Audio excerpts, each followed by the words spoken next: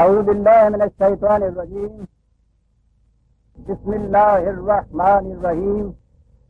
عزیزان من، آج جولائی 1972 کی 30 تاریخ ہے اور درس قرآن کریم کا آغاز سورہ الاعراف کی آیت 157 سے ہو رہا ہے۔ 7/157۔ سابقہ درس میں بھی یہ آیت ہمارے سامنے آ گئی تھی، لیکن اس کا آدھا حصہ جس میں ایک بڑا اہم نقطہ بیان کیا گیا تھا، وہ قلت وقت کی بنا پر اسے ہم نے آج کے درس پر ملتوی کر دیا تھا۔ اس اعتبار سے یہی آیا جلیلہ 157 کچھ حصہ پچھلے درس میں سامنے آیا تھا اور اسی کا بقایا حصہ آج سامنے آیا تھا۔ بات یوں چلی آ رہی تھی کہ حضرت موسیٰ علیہ السلام نے یہ دعا کی تھی کہ وَاکْتُبْ لَنَا فِی هَذِهِ الدُّنْیَا حَسَنَةً وَفِی الْآخِرَةِ، کہ ہمارے لیے اس دنیا کی خوشگواریاں بھی ہمیں عطا کر دے، بلکہ لکھ دے ہمارے لیے، اور آخرت کی سرفرازیاں بھی۔ کہا گیا کہ یہ ٹھیک ہے، لیکن یہ چیز تو نہ محض دعا مانگنے سے مل سکتی ہے، نہ کسی کی خالی آرزوؤں کے صدقے میں۔ یہ تو ایمان، اعمال اور تقوی کا فطری نتیجہ ہوتی ہیں۔ یہ ملیں گی ان لوگوں کو کہ فَسَأَكْتُبُهَا لِلَّذِينَ يَتَّقُونَ وَيُؤْتُونَ الزَّكَاةَ وَالَّذِينَ هُمْ بِآيَاتِنَا يُؤْمِنُونَ۔ یہ ان کے بدلے میں یہ چیز ملے گی۔ یہ پچھلے درس میں آ گئی تھی۔ اس کے بعد یہ کہا کہ دین کا سلسلہ یہ اسی طرح سے چلا جائے گا، لیکن یاد رکھیے اس کی آخری کڑی وہ نبی امی ہوگا جو عرب میں پیدا ہوگا، وہ نبی آخر الزمان ہوگا، وہ آخری کڑی ہوگا سلسلہ نبوت کی۔ تو جب وہ آئے تو اس کی وساطت سے دین تکمیل تک پہنچ جائے گا، تو پھر یہی خوشگواریاں اور سرفرازیاں مشروط ہو جائے گی اس کی اطاعت اور اس کتاب کے اتباع سے کہ جو اس رسول کی طرف بھیجی جائے گی۔ یہاں سے یہ ایک چیز صاف ہو جاتی ہے کہ یہ جو برہم سماجی قسم کا اسلام پیش کیا جاتا تھا کہ ہر مذہب والا اپنے اپنے مذہب کی سچائیوں پر عمل پیرا ہو جائے تو اسلام کہتا ہے میرا کام ہو گیا، یہ قرآن کی تعلیم کے بالکل خلاف ہے۔ یہ ہر مذہب نہ تو کوئی الگ الگ دکان ہے، نہ کوئی الگ الگ کارخانہ ہے کہ اس کے اندر یہ چیزیں یہاں کا برانڈ نہ لے لیا، وہاں کا لے لیا، اس کی مینوفیکچر نہ لی، اس کی لے لی۔ سوال یہ نہیں ہے۔ دین کا سلسلہ قرآن کہتا ہے کہ خدا کی طرف سے پہلے نبی کی وساطت سے آخر نبی کی وساطت تک ایک ہی سورس اور ایک سرچشمے سے آتا رہا، لیکن ہوتا یہ رہا کہ جو ایک نبی کو دیا جاتا اس نبی کی وفات کے بعد اس کے نام لیوا اس میں تحریف کر دیتے، اس میں الحاق کر دیتے، پھر بعض اوقات وہ حوادث ارض و سماجی کے ذریعے سے بھی باقی نہ رہتا، مٹ جاتا، اپنی اصلی شکل میں تو باقی کہیں بھی نہ رہتا۔ اب آخر پھر خدا دوسرا ایک نبی بھیجتا تو اس میں پھر دین کو اپنی اصلی شکل میں دیتا اور اس کے زمانے کے تقاضوں کے اعتبار سے جن نئے احکام کی ضرورت ہوتی ان احکام کا اضافہ کر دیتا۔ یہ سلسلہ اس طرح سے چلا آ رہا تھا کہ نبی اکرم صلی اللہ علیہ وسلم کے زمانے میں جب حضور تشریف لائے ہیں تو جتنے بھی اہل مذاہب اس زمانے میں مشہور تھے ان میں سے کسی کے پاس بھی اپنے نبی کی کتاب اپنی اصلی شکل میں نہیں تھی۔ اور یہ ہمارا ہی دعویٰ نہیں ہے، بلکہ ان اہل مذاہب کا خود یہ اعتراف ہے، آج بھی یہ اعتراف ہے کہ ہمارے پاس وہ کتاب اپنی اصلی شکل میں نہیں ہے۔ ان کتابوں کی تاریخ کیا ہے، وہ کن کن ادوار سے گزری، کیا کیا تبدیلیاں اس میں ہوئیں، ان کی آج شکل کیا ہے، میں نے اسے اپنی کتاب میں آسمانی کتابوں کی کہانی، مذاہب عالم کی آسمانی کتابیں، اس میں نے دیا ہے یہ تمام مذاہب کی کتابوں کے متعلق خود ان کے اہل مذاہب کی سندوں کے ساتھ کہ ان کتابوں کی حالت کیا ہے آج۔ تو ان میں سے خود بھی کسی کو اس کا دعویٰ نہیں ہے کہ ان کے پاس وہ کتاب اپنی اصلی شکل میں موجود ہے جو ان کے نبی پر نازل ہوئی تھی۔ قرآن نے یہی آگے کہا تھا اور کہا کہ وہی دین اب ہم نے آخری مکمل غیر متبدل شکل میں قرآن کریم کے اندر دے دیا ہے۔ اس لیے اب اگر کوئی شخص دین خداوندی کا اتباع کرنا چاہتا ہے تو اسے اس قرآن کا اتباع کرنا ہوگا، اور امت کیونکہ نبی کی نسبت سے بنتی ہے، اس لیے اگر اس نے اس قرآن کا اتباع کرنا ہے تو امت محمدیہ کے اندر وہ شریک ہو جائے گا۔ اس کے بعد نہ اس کتاب کے بعد کوئی دوسری کتاب ہے، نہ اس نبی کے بعد کوئی دوسرا نبی ہے، اس لیے نہ ہی اب امت محمدیہ کے بعد کوئی نئی امت نبی کی نسبت سے دنیا میں وجود میں آ سکے گی۔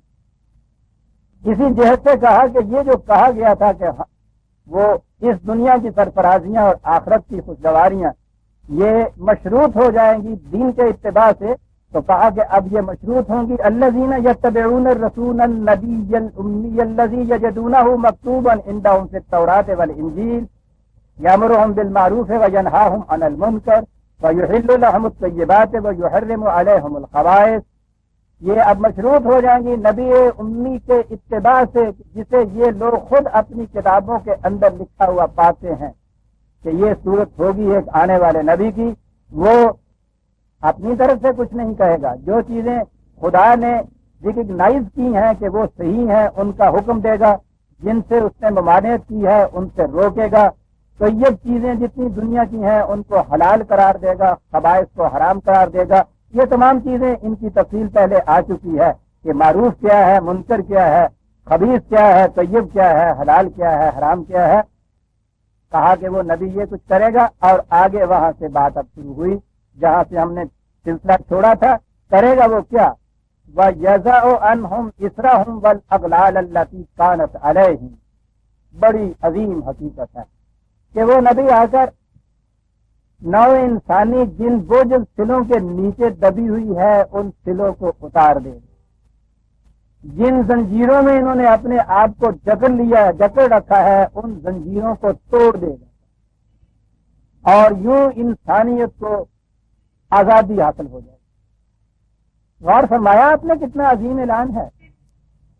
مذہب کے متعلق تو تصور ذہن میں یہ ہے کہ صاحب یہ قدم قدم پہ پابندیاں عائد کرتا ہے، صبح سے شام تک۔ میں دین کی بات نہیں کہہ رہا، دین کا تو یہ اعلان ہے۔ مذہب میں تو ہم بھی یہ دیکھ رہے ہیں نا کہ صبح سے اٹھیے تو بات شروع ہو جاتی ہے، دایاں قدم یوں رکھیے، بایاں ادھر رکھیے، وہ رکھیے تو یہ پڑھیے، یہ کھائیے تو یہ کیجیے، پہنیے تو اس انداز کا کہ وہ ٹخنوں سے نیچے نہ جائے، وضع قطع اس قسم کی ہو، لین دین کی یہ صورت تمہارے ہونی چاہیے، یہ کھاؤ یہ نہ کھاؤ، حرام کی فہرستیں حلال کی ہوئی۔ صبح سے شام تک نومن ٹیڑھی نہیں ہوتا جو راجا ناچے ہے۔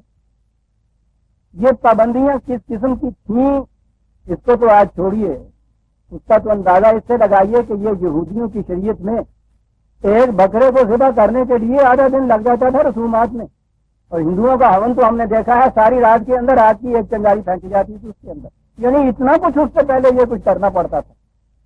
ساری زندگی ان کی عجیب ہے۔ نتیجہ اس کا یہ تھا کہ جس نے مذہب کی دنیا کی زندگی بسر کرنی ہو اسے پھر یہ دنیاوی زندگی جو ہے اسے تیاگ دینا پڑتا تھا۔ اسی لیے ان کے ہاں آپ دیکھیں گے یہودیوں میں بھی عیسائیوں میں بھی جو ان کے ہاں مقرب بنتے ہیں خدا کے، وہ دنیاوی زندگی بسر نہیں کرتے، دنیا تو رہتا ہی نہیں بنتا ہے، وہ کہہ رہی ہونا۔ ہندوؤں کے ہاں انہوں نے تو اپنے ہاں زندگی کو 4 حصوں میں تقسیم کر دیا تھا، ٹھیک ہے جی۔ پہلا حصہ طالب علمی کا انہوں نے اپنے یہاں رکھ دیا، دوسرا حصہ گھریلو زندگی کا رکھ دیا، تیسرا حصہ ذرا بین بین سی وہ چیز کہ وہ سنیاسی بھی رہے، ادھر کا بھی رہے ادھر کا بھی رہے، اور آخری حصہ ان کی زندگی کا بنباسی کا زندگی ہوتی ہے، بالکل بستیوں کو چھوڑ کے جنگلوں میں چلا جائے۔ وہ کہتے ہیں کہ اگر مذہب کے مطابق زندگی بسر کرنی ہو تو پھر دنیا کا تو کوئی کام آدمی نہیں کر سکتا۔ یہ تھی کیفیت اہل مذاہب کی، یہ تھی وہ سلیں جو انہوں نے اپنے سر پہ رکھی ہوئی تھی، یہ تھی وہ زنجیریں جو جکڑی ہوئی تھی جن کے اندر انسانیت۔ اور یہ تو میں نے ابھی صرف مذہب کے متعلق کہا ہے، زندگی کے دوسرے شعبے جو تھے ان میں کیا کیفیت تھی؟ انسانوں نے مل جل کر رہنا تھا۔ اس تمدنی زندگی کے لیے کچھ قوانین و ضوابط کی ضرورت ہوتی ہے، جنگل میں تنہا کسی شخص نے رہنا ہو تو اس کو نہ دین کی ضرورت ہے، نہ اسے مدنی قوانین کی ضرورت ہے، نہ کسی سلطنت کی، نہ حکومت کی. سوال ہی نہیں. تنہا انسان اگر وہاں رہتا ہے، وہ تو جب ایک انسان کا دوسرے انسان سے معاملہ پڑتا ہے تو ان چیزوں کی ضرورت پیش آتی ہے. تو وہاں تو پھر آپ کو کچھ قاعدے کچھ ضابطے چاہیے نا. تمدنی زندگی شروع ہوئی. میں مختصر الفاظ میں ان چیزوں کو بیان کروں گا کیونکہ تفصیل میں تو اکثر بیان ہوتی رہتی ہیں. تو ان کے ہاں نظام تمدن جو تھا وہ حکومت کی شکل میں سامنے آیا، اور حکومت میں پھر ایک گروہ جس نے قوت حاصل کر لی، اس نے باقی انسانوں سے قوت چھین لی اور انہیں اپنے حکم کا غلام بنا لی. ملوکیت کی شکل میں یہ سامنے آئی. تو وہاں یہ کیفیت کہ ایک انسان کا حکم باقی انسانوں پر چلتا ہے. ساری آزادیاں چھن گئیں باقی انسانوں کی، طلب ہو گئی، مفلوج ہو گئی. اب اس کی مرضی کا دار و مدار ہے. ان کی کیفیت یہ ہو گئی ہے کہ گاہ با سلام بے رنجن اب گاہ با دشنام خلط بے بخشن. کبھی موج میں آئے ہوئے ہیں تو گالی دی ہے تو خلط بخش دی، کبھی ناراضگی ہے طبیعت کی تو کسی نے سلام کیا پھانسی پہ چڑھا دیا. ایک فرد کی منشا اور مرضی جو ہے وہ تمام انسانوں کے اوپر حکمران ہو جاتی تھی. آپ سوچئے کہ کتنی بڑی سلے اور کتنی سنگین زنجیریں تھیں جن کے اندر انسانیت نے اپنے آپ کو جکڑا ہوا تھا. اس کے بعد جب اس سے انسانوں نے جرجری لی ہے اور تنگ آ گئے اس قسم کی بندشوں سے، اس کو توڑا بھی، تو آخری شکل انہوں نے اپنے ہاں جمہوریت یا ڈیموکریسی کی ایجاد کی ہے. انسان ابھی یہاں تک آیا ہے، اس سے بہتر کوئی شکل ابھی تک فکر انسانی نے وضع یا انکشاف نہیں کیا. یہ آخری شکل ہے اور اس لیے ابھی تک اس کو سمجھا یہ جاتا ہے کہ یہ واقعی ایک رحمت خداوندی ہے. لیکن ڈیموکریسی کیا ہے؟ وہاں اگر ایک فرد تھا، یہاں چند افراد کا مجموعہ جو 51 ووٹ حاصل کر لے، ان کا ہر فیصلہ باقی جتنے بھی آپ کے یہاں کے انسان بستے ہیں وہ ان کے سر کے اوپر مسلط ہو جاتا ہے. آپ کے وہ جو فیصلہ کیا جاتا ہے آپ کی مرضی کے مطابق ہو نہ مطابق ہو، آپ کو خوش آئے نہ خوش آئے، جنہوں نے انہیں ووٹ نہیں دیا تھا ان کو تو چھوڑ دیجئے، جنہوں نے انہیں ووٹ دیا تھا اور وہ ان کے نمائندے کہلاتے ہیں، کیا ان کا ہر فیصلہ ان نمائندوں کی مرضی کے مطابق ہوتا ہے؟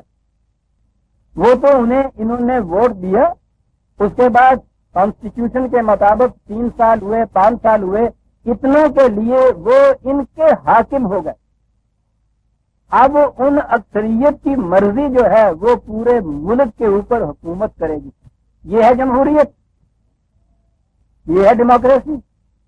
وہی انسانوں کی حکومت انسانوں کے اوپر، ایک فرد کی ہو یا کچھ انہوں نے اپنے 60 افراد ملا لیے ہوں. انسان کی حکومت انسان کے اوپر. 6 صدی عیسوی میں تو ابھی ملوکیت ہی تھی، قیصر و کسریٰ تھا. میں کہتا ہوں اس 20ویں صدی عیسوی کے اندر بھی انسان جہاں تک پہنچا ہے وہ یہی ہے. وہ ان زنجیروں کو نہیں توڑ سکا کہ کسی انسان کو حق حاصل نہیں ہے کہ کسی دوسرے انسان کو اپنے فیصلے کا محکوم بنائے. نہیں پہنچ سکا. تو 6 صدی عیسوی میں تو جب رسول اللہ صلی اللہ علیہ وسلم تشریف لائے یہ زنجیریں جیسی تھیں. تاریخ جانتی ہے آج یہ زنجیریں جس قسم کی ہیں انسانیت کے اوپر وہ تو ہمارے سامنے ہیں. کیا اعلان کیا اس قرآن نے آ کے، کیا تعلیم دی اس نبی امی نے آ کے، کس طرح سے اس نے توڑا ان زنجیروں کو. بات یہی تھی نا کہ انسان کو یہ حق حاصل ہے کہ وہ دوسرے انسانوں کے اوپر حکومت کرے. قرآن کریم نے آ کے یہ اعلان کیا اور دیکھیے کہ یہ اعلان عظیم 3/78 آل عمران آیت 78. پھر دوہرا لیجئے کہ زنجیر کیا تھی. ایک انسان، انسانوں کا گروہ یا کچھ انسان دوسرے انسانوں پر اپنا حکم چلاتے تھے. قرآن کریم نے کہا کہ ما کان لبشر ان یؤتیہ اللہ الکتاب والحکم والنبوۃ ثم یقول للناس کونوا عبادا لی من دون اللہ. کسی انسان کو دنیا میں اس کا حق حاصل نہیں ہے، خواہ اسے قوانین وضع کرنے کے اختیارات ملے ہوئے ہوں، خواہ وہ انتظامیہ کے ایگزیکٹو کے اختیارات رکھتا ہو، حکومت اس کے ہاتھ میں ہو، اور خواہ اس کو نبوت بھی کیوں نہ مل جائے اسے بھی اس کا حق حاصل نہیں ہے کہ وہ انسانوں دوسروں سے یہ کہے کہ تم میرے محکوم بن جاؤ. نے من دیکھیے تو صحیح یہ علاج. اس کے ساتھ ہی اس نے کہا کہ زندگی کو بہرحال قاعدے قانون کے تو مطابق چلنا ہے. یہ انسانوں کے اوپر کچھ قاعدے اور قانون کی پابندیاں کون عائد کرے گا؟ من دون اللہ. یہ صرف خدا کو اختیار حاصل. اب خدا کا یہ اختیار کیسے پتہ چلے؟ اسی سے تو فائدہ اٹھا کے ایک آگے محکومیت کی شکل یا حاکمیت کی آئی تھی، وہ میں ابھی عرض کروں گا کہ خدا کو حق حاصل ہے. یہ قرآن ہے عزیزان من. یہ تو ہر اس قسم کے ابلیسی راستے جو نکال سکتا ہے انسان کا ذکر اس کو بند کرتا ہے. کہا کہ ولیکن کونوا ربانیین بما کنتم تعلمون الکتاب بما کنتم تدرسون. اسے چاہیے یہ کہنا کہ آؤ ہم سب مل کر ربانی بن جائے اور اس کتاب کا اتباع کرے کہ جو خدا نے اتاری ہے، جسے ہم پڑھتے پڑھاتے رہتے ہیں، جس کو ہم سمجھتے رہتے ہیں. سمٹ سمٹا کے حکومت کا حق اس کتاب کو مل گیا جو خدا کی طرف سے نازل ہوئی ہے. کسی انسان کا اس میں کوئی کسی قسم کا اختیار رہا ہی نہیں. فرمائیے کہ وہ جو کہا تھا کہ وہ آئے گا نبی، وہ جو توڑ دے گا ان زنجیروں کو جن میں انسانیت جکڑی ہوئی ہے، اتار دے گا ان بوجھل سلوں کو جو ان کے سروں کے اوپر ہے اور جن کے نیچے کچلی ہوئی انسانیت ہے. ایک پہلے ہی جھٹکے میں آپ نے دیکھا کہ کتنی بڑی سل نیچے گری اور کتنی بڑی زنجیر ٹوٹی. صحیح آزادی کہتے اس کو ہے کہ کسی انسان کو حق حاصل نہ ہو. آیا کریمہ میں آپ دیکھیے 3 ہی شعبے ہو سکتے تھے: حکومت کا حق، اختیار، قانون سازی کا حق، اور تیسرا شعبہ نبوت کا کہ جس کے سامنے تو انسان کا سر نہیں جھکتا، روح جھکتی ہے، قلب و دماغ جھکتا ہے. کہا نبی کو بھی اس کا حق حاصل نہیں ہے کہ کسی دوسرے انسان کو اپنا محکوم بنائے. وہ بھی اس لیے آتا ہے کہ خدا کی کتاب کی محکومیت ہے. فرمائیے کہ یہ جو چارٹر آف فریڈم ہے، یہ جو منشور آزادی ہے، کہیں دنیا میں اور بھی آپ کو ملتا ہے؟ اور اس نے ان سلوں کو اور ان زنجیروں کو توڑ کے رکھ دیا یا نہیں جن میں انسانیت جکڑے ہوئے چلی آ رہی ہے. ایک انسان دوسرے انسان کو اپنا محکوم بناتا کس طرح؟ کیوں ایک انسان مجبور ہو جاتا ہے دوسرے کی بات ماننے کو؟ کوئی انسان بھی یہ دل سے تو کبھی بھی نہیں چاہتا کہ وہ دوسرے کا ماتحت ہو جائے، دوسرے کا مطیع و فرما بردار ہو جائے. یہ آزادی کی آرزو و تمنا جو ہے یہ تو انسان کے اندر واقع ہوئی. یہ نہیں چاہتا، بطیب خاطر کبھی نہیں یہ جھکتا. اس کو جھکایا جاتا ہے. جھکانے کی کون سی چیز؟ وہی چیز کہ جو ایک شیر کو سرکس کے وہ ہنٹر والے کے ایک ایک اشارے کے اوپر کبھی نچواتا ہے، کبھی کچواتا ہے، کبھی وہ آگ کے جنگلے میں سے پھاندتا ہے، کبھی زمین پہ لوٹتا ہے، کبھی سر جھکاتا ہے. شیر ایک تنہا انسان سامنے کھڑا ہوتا ہے. وہ شیر کے اگر وہ ذرا سا بھی اپنی شیریت کے اندر آ جائے تو وہ سارے سرکس کے ہزاروں آڈینس بھاگ کے چلے جائیں اپنے اپنے گھروں کو زندگی بچا کے. اس وقت ناچ رہا ہوتا ہے، کود رہا ہوتا ہے، چلا رہا ہوتا ہے، چیخ رہا ہوتا ہے، لیکن اسے مجال نہیں ہوتی کہ سار اٹھا سکے. کیا چیز تھی یہ؟ آگے شیرا کو دروہگا مزاج، احتیاج احتیاج احتیاج کیا جاتا ہے. اسے بھوکا رکھا جاتا ہے اور اس کے بعد عادت یہ ڈالی جاتی ہے کہ جب یہ کچھ وہ کرے تو اس کے بعد اس کو کھانے کو دیتے. اسی شیر کو اگر اس تماشے سے پہلے کھانے کو اگر مل جائے تو وہ کبھی نہیں آتا سرکس کے پنجرے میں. اس کا پیٹ بھر گیا ہوگا، وہ کیوں آئے گا؟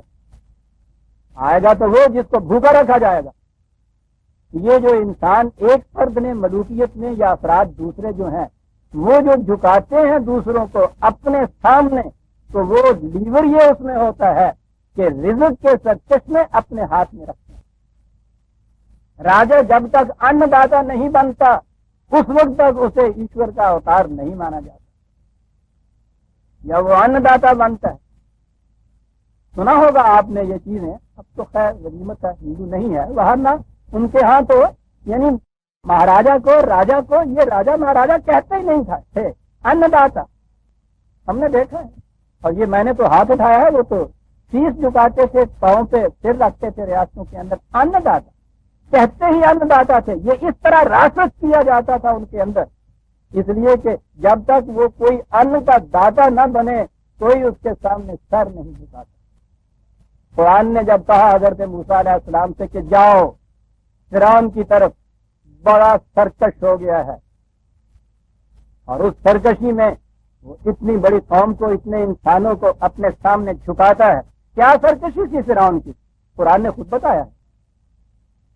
سرکشی یہ تھی کہ وَنَادَى فِرْعَوْنُ فِي قَوْمِهِ، حضرت موسیٰ علیہ السلام وہاں گئے، بہت بڑے انقلابی، ہر پیغمبر بہت بڑا عظیم انقلابی انسان ہوتا تھا، وہ ان تمام قوتوں کو چھینتا تھا ان کے ہاتھوں سے، اور انسان کو یہ آزادی کی فضا میں اس نے بال کشائی دیتا تھا۔ اتنا بڑا انقلابی انسان وہ آئے اور انہوں نے آ کے یہ آواز دی کہ کیوں یہ زنجیریں تم لوگوں نے پہن رکھی ہے، اس کی حیثیت کیا ہے، تمہارے جیسا ایک انسان ہے۔ اس کو فکر پیدا ہوئی اس چیز کی۔ اب یہ دیکھیے کہ اس کا توڑ اعلان کیا کر رہا ہے وہ، وَنَادَى فِرْعَوْنُ فِي قَوْمِهِ، اس نے منادی کرائی اپنے قوم کے اندر۔ منادی کیا تھی؟ یہی چیز غور طلب ہے، اور یہی وہ چیز تھی کہ جس کی بنا پہ وہ سرکش تھا، اور اسی کو توڑنے کے لیے یہ دو پیغمبر وہاں بھیجے گئے۔ قَالَ يَا قَوْمِ، اس نے کہا کیا ہماری قوم، أَلَيْسَ لِي مُلْكُ مِصْرَ، کیا اس مملکت کے یہ جتنی بھی زمینیں ہیں اور خزائن ہیں، ذرائع پیداوار ہیں، کیا یہ میری ملکیت نہیں ہے؟ وَهَذِهِ الْأَنْهَارُ تَجْرِي مِن تَحْتِي، اور یہ نہریں نیل میں سے نکل کے جو بہ رہی ہیں میرے زیر تابع فرمان، کیا یہ میری نہیں ہے؟ افلا تبصرون، دیکھتے نہیں ہو تم؟ ایک دن میں چاہوں تو پوری کی پوری قوم کا رزق بند کر کے رکھ دوں گا۔ یہ تھا وہ دعویٰ۔ کیا یہ مصر کی سرزمین اور یہ آبپاشی کے ذرائع جتنے بھی ہیں، کیا یہ میرے نہیں ہیں؟ سوچو، چلے ہو اس کے پیچھے، لگے ہو اس کی بات ماننے کے لیے، سوچو کیا یہ میرے نہیں ہیں؟ سارا راز اس کے اندر آ گیا۔ شیر کا راتب اس کے پاس، کہہ دیا کہ کیا یہ میرے نہیں ہیں؟ تو اس کے بعد پھر یہ کہنے میں کہ انا ربکم الاعلی، اس کا ریفرنس ہے جی 43/51، 45/51۔ کیا یہ میرے نہیں؟ راز اس میں ہے عزیزان مان۔ اور جب یہ چیز میں نے کہا آ گئی تو اس کا آگے تو فطری نتیجہ ہے، منطقی نتیجہ ہے جو اگلی بات اس نے کہی تھی 79/24، 79/24، فحشر فنادا، لوگوں کو جمع کیا اور پھر آواز دی اس نے، یہ دیکھیے شان جبروت، وہاں کہا تھا نا کہ یہ تمام ذرائع پیداوار، یہ انہار، یہ ساری میری ہیں، اور اس کے بعد کہ اس بنا پہ فقال انا ربکم الاعلی، میں تمہارا ان داتا ہوں۔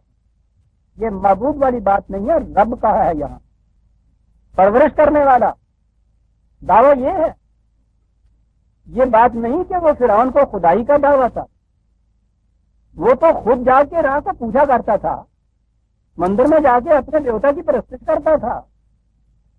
یہ الگ بات ہے کہ وہ اپنے آپ کو راہ کے اوتار کہتے تھے، لیکن اس کے باوجود وہ راہ کا مندر تھا، اور پھر اوسرس وغیرہ جو تھے ان کے ہاں، یہ گائے اور یہ اس میں سے بیل اور یہ راہ سورج دیوتا، وہ خود ان دیوتوں کی پرستش کرتا تھا۔ اس لیے معبود کا تصور نہیں، معبود کیا کیا ہوتا ہے عزیزان مان، پتھر کے سامنے جھک جائے تو بات کیا ہے؟ بات تو یہ ہے کہ انا ربکم الاعلی، یہ رب کہا ہے یہاں اس نے، میں ہوں سب سے بڑا تمہارا پرورش کرنے والا، سارے ذرائع پرورش میرے ہاتھ میں ہے، زمینیں میری، یہ نہریں میری، لہذا منطقی نتیجہ کہ انا ربکم الاعلی۔ تم کہہ سکتے ہو کہ نہیں صاحب ہمیں تو فلاں شخص تنخواہ دیتا ہے، ہم تو باپ کے یہاں سے روٹی کھاتے ہیں، ٹھیک ہے، وہ چھوٹے چھوٹے رب ہو سکتے ہیں، ہمارا ربیانی صغیرن قرآن نے کہا ہے ماں باپ کو بھی نہیں، وہ تو وہ یہ ہو سکتے ہیں، وہ جو سرچشمہ الاعلی، اقتدار اعلیٰ جس کا رزق کے اوپر ہے، کہو انا ربکم الاعلی۔ اللہ، بات ہی یہ ہے کہ جو ہی آپ نے ربوبیت کے سرچشموں کو ہاتھ میں لیا اور اس کے بعد پھر وہ حاکم اعلیٰ، ملوکیت، حاکمیت کے اختیارات سارے آپ کے ہاتھ میں خود آ گئے۔ یہ راز ہے اس کا، یہ کہہ کے کہ کیا یہ زمینیں اور یہ انہار میری نہیں، پھر انسان ربکم الاعلی کہتا ہے۔ اگر یہ نہ ہو اس کے پاس، یہ ہو ان کے پاس، تو وہ کوئی پوچھتا ہی نہیں اس بندے کو۔ تو اس نے یہ کہا، اور ہر حیث حاکمیہ یہی کہتی ہے، جس کے ہاتھ میں رزق کے سرچشمے نہیں تھے اس کی حکومت ختم ہو گئی، ہو جاتی۔ لیور تو تھا یہ قرآن نے آ کے جہاں یہ چیز کہی کہ ما کان لبشر ان یؤتیہ اللہ الکتاب ثم یقول للناس کونوا عبادا لی، کسی انسان کو اس کا حق حاصل نہیں کہ کسی دوسرے انسان سے اپنا حکم منوائے۔ تو وہ اگلی بات جو تھی سرکار، اس کا کیا علاج؟ علاج اس کا قرآن کا پہلا لفظ، پہلی سورت، پہلی آیت الحمدللہ ہے رب العالمین۔ اس نے کہا تھا انا ربکم الاعلی، اس نے کہا بالکل غلط کہتے ہو، جس نے کہا ہے کہ میں ہوں حاکم اس نے کہا ہے میں ہوں رب۔ رزق کے سرچشمے کسی انسان کے ہاتھ میں نہیں رہ سکتے، ہم مالک۔ آپ نے دیکھا دونوں چیزیں کیسی ملی ہوئی، وہاں بھی یہی چیز کہی ولکن کونوا ربانیین، یہی چیز ہے کہ ہم سب کو خدا کی محکومیت اختیار کرنی، حاکم اس کو بنانا ہے، ہوا حکم الحاکم۔ اور جب حکومت میں آئی تو اگلی جو چیز تھی وہ جو دبتا ہوا ایک دیور، اس کے لیے کہا کہ ربوبیت عالمینی جو ہے اس کے ہاتھ میں، اور اس کی عملی شکل جو ہے وہ یہ کہ اس کے نام پر اس کی کتاب کے احکام کو نافذ کرنے کے لیے جو بھی آپ کا معاشرہ قائم ہوگا وہ یہ اعلان کرے گا کہ نحن نرزقکم وایہم، وہ کہے گا لوگوں سے کہ میں خدا کی طرف سے یہ اعلان کرتا ہوں کہ ہم تمہارے اور تمہارے اولاد کے رزق کے ذمہ دار ہیں۔ خدا کی ربوبیت عالمینی جو ہے اس کی عملی شکل یہ ہے کہ خدا کے احکام کو نافذ کرنے والے جو بھی نظام آپ کے یہاں قائم ہوگا، یہ نظام حاکم نہیں ہوگا، یہ ایجنسی ہوگی خدا کے احکام کو نافذ کرنے کی، یہ سمجھ لینا چاہیے۔ قرآن کی روح سے جسے اسلامی حکومت کہتے ہیں وہ خود حاکم نہیں ہوتی، وہ ایک ذریعہ ہوتی ہے، ایک ایجنسی ہوتی ہے خدا کے احکام و اقدار کو نافذ کرنے کی۔ لیکن جب وہ ان احکام کو نافذ کرنے کا ذریعہ بنتی ہے تو رزق کا انتظام بھی تو ہونا چاہیے۔ وہ رزق کا انتظام یہ ہے کہ وہ یہ اعلان کرے گی، یہ ضمانت دے گی، یہ گارنٹی دے گی ہر شخص کو کہ تیرے اور تیری اولاد کے رزق کی ذمہ داری ہم سے عائد ہوتی ہے۔ اب جو رزق کے سرچشمے کسی انسان کے ہاتھ میں نہ رہے تو وہ جو دکھتی ہوئی رگ تھی انسان کی وہ خود نکل گئی اس کے ہاتھ سے، اب سے ہی آزادی مل سکتی ہے۔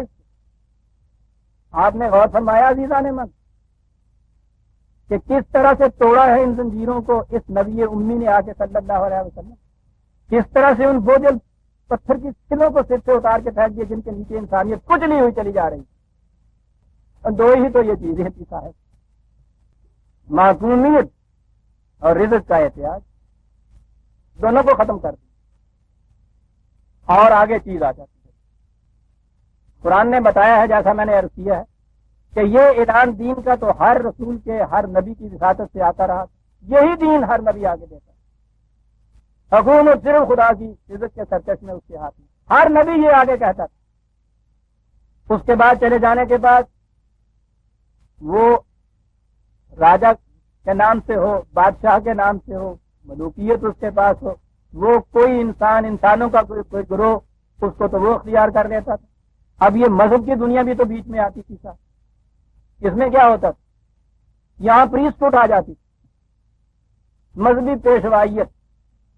اب یہ دوہری غلامی میں جکڑا جاتا تھا انسان۔ دنیاوی معاملات، مذہب کے معاملات، دو الگ الگ دنیا۔ دنیاوی معاملات کی دنیا میں حاکم وہ بادشاہ یا راجا یا جمہوری نظام، مذہب کی دنیا کے اندر حکومت مذہبی پیشواؤں۔ یہاں جکڑا ہوا، یہاں سے بھاگ کے دنیا کی طرف جائے، وہاں جکڑا ہوا۔ اور یہ جکڑ بندی جو تھی پیشوائیت کی، یہ تو جیل کے اندر ایک سالیٹری سیل جو ہوتی ہے نا، یہ تو وہ ہوتی ہے، یعنی وہاں تو پھر بھی یہ چیز ہے، انہوں نے کہا کیپ ٹو دی لیفٹ، بائیں طرف چلو، میں گھر سے باہر ہی نہیں نکلتا۔ چلیے ان کی اس پابندی سے تو میں آزاد ہو گیا، لیکن ان کی پابندی کی تو کیفیت یہ ہے کہ میں سانس نہیں لے سکتا ان کے حکم کے بغیر۔ یہ کرو، یہ نہ کرو، یہ کھاؤ، یہ نہ کھاؤ، یوں اٹھو، یوں بیٹھو، یوں لیٹو، یوں سو، یوں اٹھو۔ اور اگر ایسا نہ کرو تو اس کے بعد یہ کہ صاحب وہ دو فرشتے بیٹھے ہوئے ہیں، لکھتے جاتے ہیں، اور بھانڈ چاڑ مجھے پتہ لگے گا۔ خوف، ڈر بچپن سے شروع کیا ہوا عمر کے سارے حصے تک کانپ رہا۔ یہاں پھر یہ کیفیت تھی تھوڑی بہت کہ انہوں نے اپنے ہاں فقہ میں کتاب الحیل تو ایک جیسا میں نے پچھلی دفعہ کہا تھا لکھ دیا تھا کہ یہ ہوتا ہے حکم ہمارا، اس میں سے نکلنے کا یہ راستہ ہے۔ اس سے آگے ایک اور آتی ہے خیل، اور وہ ہے طریقت کی، پیری مریدی کی۔ وہاں تو اگر ذہن کے اندر بھی تصور آ جائے کسی وقت حضرت صاحب کی شان میں تو انسان چیختا ہے، روتا ہے، گڑ گڑاتا ہے کہ اے صاحب مجھے معاف کر دیجیے، بخش دیجیے، مارا گیا، تباہی ہو گئی، گھر میں بیٹھا ہوا چیز رہا۔ یعنی غلامی کی انتہائی شکل ہے یہ عزیزان۔ ان زنجیروں میں انسانیت جھگڑے چلی آ رہی ہے۔ سوچیے کتنی بڑی یہ جیل، کس انداز کے جیل، کیسی زنجیریں تھیں کیا، میں تو کہوں گا کہ آج بھی تو یہی کچھ ہو رہا ہے۔ جب بھی دین نہیں رہتا مذہب ہوتا ہے، یہی ہوتا ہے اس کے اندر۔ انہوں نے یہ کہا، اور ان کے متعلق تو پھر بھی یہ ہے کہ ان کو کوئی نہ کوئی سند دینی پڑتی ہے کہ صاحب تمہاری تلوار ایسی ہونی چاہیے۔ ہوئی ہے نا تھوڑی سی وہ اسلامی حکومت قائم ہو رہی ہے آپ کے ہاں، اللہ کے فضل سے سرحد میں ہوئی ہے۔ پہلا پہلا حکم کیا ہے؟ کوٹ بدلون نہیں، تلوار اور کرتا پہنا جائے گا۔ یعنی اگر کوئی سیکولر والا یہ کہے تو اگلا کوشچن کر سکتا ہے کہ صاحب آن میرٹ ڈسکشن ہوگی کہ کیا پہنا جائے گا۔ انہوں نے جب کہا یہ شریعت حقہ کا یہ فیصلہ ہے تو زبان بند ہو گئی۔ اب ان سے کون کوئی کہے کہ سرکار یہ 36 گز کی سلوار 12 گز کی قمیض پہنا کے کسی مزدور کو ذرا کارخانے میں مشین پہ کھڑا کر دیجئے تو دیکھیے تو پھر یہ کہاں جاتا ہے شلوار کا پلو، کہاں جاتی ہے یہ قمیض آپ کی؟ سوچئے تو صحیح۔ اور پھر جب یہ آپ نے شرعی وردی فوج کی کہیں کام کر دی، میرے اللہ، لیکن آن میرٹ تو گفتگو ہی نہیں کی جا سکتی۔ دیکھ رہے ہیں ان زنجیروں کو آپ؟ اتوار کی جگہ جمعے کی چھٹی ہوگی سر، میرے اللہ۔ قرآن کریم بالتصریح یہ کہہ رہا ہے جمعے کے دن اذا نودی للصلاۃ من یوم الجمعۃ فاسعوا الی ذکر اللہ وذروا البیع۔ کاروبار میں لگے ہوئے ہیں سارے۔ کہا ہے کہ جب وہ آواز آئے اذان آئے جماعت کی نماز کے لیے تو کاروبار چھوڑ کے اس کے لیے چلے جاؤ۔ تو گویا قرآن خود بتاتا ہے کہ جمعے کے دن شروع میں نماز تک کے لیے کاروبار سارا کیا جائے گا۔ فاذا قضیت الصلاۃ فانتشروا فی الارض وابتغوا فضلا من اللہ۔ اور جب نماز ختم ہو جائے تو جاؤ جا کے کاروبار کرو، اپنا کھیت تلاشی ضد کرو، قرآن یہ کہتا ہے۔ پہلے بھی کاروبار کرو، اس کے بعد بھی کاروبار کرو، بیچ میں نماز کے لیے آ جایا کرو۔ یہ کہتے ہیں سارا دن کاروبار بند۔ حضور کیسے یہ چیز شریعت کا حکم ہے؟ بول نہیں سکتے تم۔ اور شریعت کا حکم جب بنیادی قانون بن جائے تو یہاں تو اس قانون کی خلاف ورزی میں یہ جیل، اور وہ شریعت خداوندی کی تو خلاف ورزی ہے، پھر قیامت میں جا کے وہی جیل۔ یا میرے مرے کو مارے کیا مدار۔ آپ دیکھ رہے ہیں کہ یہ پریسٹہوڈ کیا ہے۔ یورپ میں جب یہ ملوکیت سے تنگ آئے ہیں وہ لوگ، تو اس کے بعد یہ چرچ والے جو تھے یہ اٹھے، خدا کے نام پہ حکومت کرنے والے۔ انجیل میں حکومت کا، اس زمین کے اوپر حکومت کا تصور ہی نہیں۔ انجیل کہتی یہ ہے کہ خدا کے بندوں کی حکومت آسمان کے اوپر ہوتی، اس میں قانون ہی نہیں دیا ہوا، لیکن چرچ اٹھا، پریسٹہوڈ ہے نا، اس نے کہا کہ حکومت ہمارا ہے۔ جب یہ وہاں تھیوکریسی قائم ہوئی ہے تو انسانیت کی ہڈیاں چٹک گئی وہاں۔ یورپ کی تاریخ پڑھ کے دیکھیے آپ، یعنی وہ کسی طرح سے پھر اس بادشاہت کو، ملوکیت کو مانگتے تھے کہ بابا وہ بہتر۔ ان خدا کے نام لیواؤں کے ہاتھوں سے جو کچھ بیتی تھی یورپ سے، یہ اس کا نتیجہ ہے کہ وہاں لادینیت آ گئی ہے۔ اس سے جب ابا کیا انسان نے تو انہوں نے کہا کہ توبہ صاحب، اس سے تو اس قسم کی خدا پرستی سے تو دہریت 1000 درجے اچھی۔ وہاں سیکولرزم یوں آئی، لادینی آئی اس انداز سے، وہاں مذہبی پیشوائیت، قرآن کریم آیا۔ بات تو اس نے بھی خدا کی تھی کہ خدا کے نام کی حکومت ہوگی، خدا کی کتاب کی حکومت ہوگی۔ فوراً یہ ذہن میں آیا کہ اس سے پیشتر بھی تو خدا کے نام کی حکومتیں قائم کرنے والوں نے یہ کچھ کیا ہوا ہے۔ فرعون کا دبدبہ اتنا نہیں تھا جتنا حامان کا تھا۔ آپ کو پتا ہے حامان کے جنود قرآن بتا رہا ہے، ان کی اپنی فوجیں ہوتی تھی پریسٹ کی۔ فرعون دبتا تھا ہارون سے۔ ہر راجا برہمن جو ان کا گرو ہوتا ہے اس کے سامنے سر جھکاتا ہے۔ جب تک وہ ماتھے کے اوپر آ کے سندور نہ لگا دے تاج سر پہ نہیں رکھا جا سکتا. جس کے متعلق گرو یہ کہہ دے اس کو راج پاٹ چھوڑ کے بنواس لہرنا پڑتا ہے. یہ ہے یہ پریس. حامان کی بھی یہ کیفیت تھی, چرچ کی بھی یہی کیفیت تھی. قرآن کے سامنے یہ بات تھی کہ یہ پھر بات تو یہ ہے کہ خدا کے لیے, اور پھر یہ خدا کے جو اجارہ دار بنتے ہیں اور کہنے لگا تھا میں. تو پھر یہ پوچھیے نہیں ان کے ہاتھوں کیا ہوا کرتا ہے. 9/1 کہا ان لوگوں کی کیفیت یہ ہے جو پہلے دین جب مذہب میں بدلتا ہے تو وہاں ہوتا یہ ہے کہ اتخذوا احبارهم ورهبانهم اربابا من دون اللہ, کہ پھر یہی جو مذہبی علماء اور پیران طریقت, یہ رہبان پیران طریقت ہے اور احبار یہ علماء و مشائخ. کہا پھر ان کی کیفیت یہ ہے کہ یہ خدا سے بڑے خدا کی جگہ یہ معبود بن جایا کرتے ہیں. اور اس کے ساتھ ہی 2 آیتیں آگے جا کے بتا دیا کہ یہ لوگ پھر کرتے کیا. 34ویں آیت, یا ایھا الذین آمنوا ان کثیرا من الاحبار والرہبان لیأکلون اموال الناس بالباطل ویصدون عن سبیل اللہ. یاد رکھو کہ اکثریت ایسی ہے کہ یہ سب معاشی سلسلہ ہے ان کا, پیشہ ہے ان کا. لوگوں کا مال کھاتے ہیں بغیر کسی قسم کی تعمیری کام کیے ہوئے, بغیر کوئی پروڈکشن کیے ہوئے. عجیب چیز قرآن کہہ دیا. لینے کا حق تو اسے حاصل ہے نا جو کچھ اس کے اندر اضافہ کرتا ہے, جو کچھ پیدا کرتا ہے کسی شکل میں بھی, کوئی کنٹریبیوٹ کرتا ہے اس میں سے لیتا ہے. لیکن یہ جو چیز ہے یعنی یہ ایک ایسا طبقہ ہوتا ہے کہ جو ایک وقت کی روٹی کما سکنے کے قابل نہیں ہوتا. ایسا بیکار کر کے رکھ دیا جاتا ہے ان بیچاروں. کوئی ہنر ہی نہیں ہے جانتا, کوئی چیز کنٹریبیوٹ نہیں کرتا سوائے اپنی اس حکومت. تو جو خود نہیں کمائے گا, کوئی چیز کنٹریبیوٹ نہیں کرے گا, وہ دوسروں کی کمائی اور دوسروں کی محنت جو ہے اسی کے اوپر وہ ایسے کریں. علماء کا طبقہ آپ دیکھ لیجیے, کوئی خود کوئی کام نہیں ان میں سے کرتا. خواہ وہ امامت و وعظ و نصیحت کے ذریعے ہو, خواہ وہ گنڈا تویز لکھنے کے طریقے سے ہو, کچھ بھی ہو, دوسروں کی محنت کے اوپر پرورش پاتے ہیں. کہتے ہیں یہ چیز یہ کرتے ہیں. اور پھر ان کے ہاں کا مسئلہ نگاہ یہ ہوتا ہے کہ لوگ کہیں خدا کے راستے کے اوپر چلنے نہ لگ جائیں. یعنی صبح سے شام تک یہ دعویٰ کرتے ہیں کہ ہم تمہیں خدا کے راستے کی تلقین کرتے ہیں. وہ یہ کہہ رہا ہے کہ یہ خدا کے راستے کے اندر سامنے خود سنگے گراں بن کے حائل ہو جاتے ہیں.